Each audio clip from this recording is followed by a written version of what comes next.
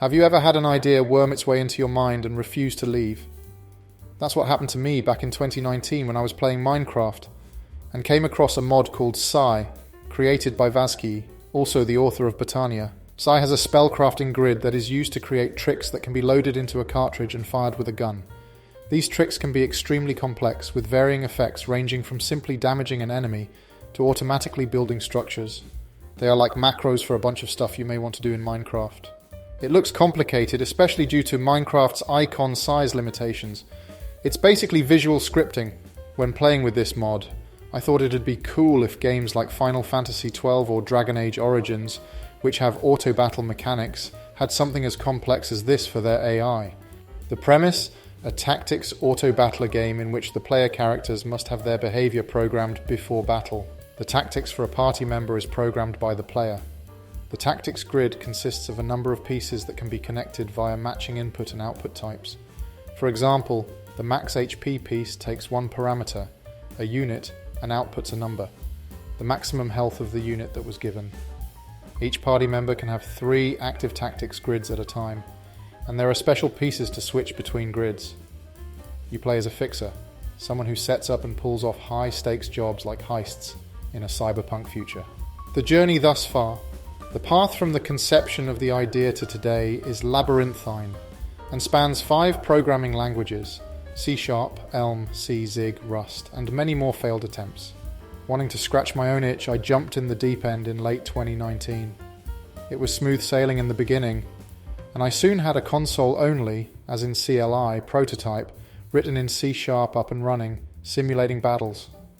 Unfortunately, I don't have any builds or screenshots from that time, but since it was a text user interface, there would be not much to show. When the notion of adding graphics came up, I considered using Unity. Being a dumb hipster, I decided that was too mainstream, and I wanted to learn something new. I had been hearing about this thing called functional programming, and since I was working as a web developer, decided to use Elm. I got the tactics screen implemented with a hex grid, a simple town screen, and that's about it. As you can see, I opted for a hexagonal grid rather than a square one like Psy.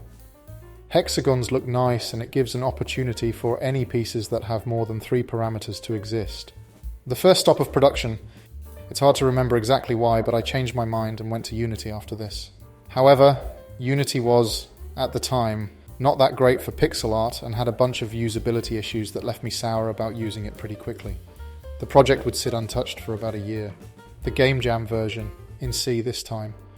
At some point in 2020, I decided that I wanted to learn real programming and started learning C. Sadly, I did have this self-deprecating elitist mentality at the time. That's also when I started my YouTube channel about programming. After some months of learning C and OpenGL, I decided to enter a game jam and test my skills. I entered the 1-month turn-based jam and submitted a working, albeit unpolished version of the tactics and a battle. The first C attempt. After the jam, I decided to build out the game for real. I took some bits of the code from the jam. It is very messy. It's included in the zip when you download the game, and got started. It wasn't too long before I got sick of seg faults and thought that perhaps I'm not good enough to use a language like C. The first Zig attempt. Alright, Zig, a lowish level language that has manual memory management but isn't so esoteric. After some weeks or months working in Zig, I decided that actually I should learn C properly. Using Zig is just a crutch for my lack of knowledge. This is when I started buying books like K&R and Computer Systems, a programmer's perspective. I didn't make it very far through these books. I still plan to, I just haven't set aside the time. Regardless, my mindset was now that I should stop using the crutch that is Zig and switch back to C. The second C attempt.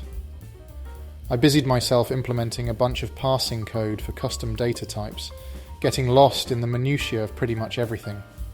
It wasn't long before the annoyances of certain missing features led me back to Zig. The second Zig attempt. And so I found myself back at Zig. You may notice that the past 4 versions don't have any screenshots. This is because I was spending all my time doing pointless re-implementations of things I'd already done. The rationalization engine in my brain was at full steam. Each of these 4 attempts were on and off. My work ethic was abysmal. There was an outside chance this project would ever see the light of day. Where are we now? Today the engine has been rewritten in Rust, and the scope of features is similar to the Elm version from 2019. There are some cool things about how the engine all fits together that I think would make interesting topics. So I'll be posting about those. I hope you can use this train wreck as a cautionary tale. Thank you for watching, and see you soon.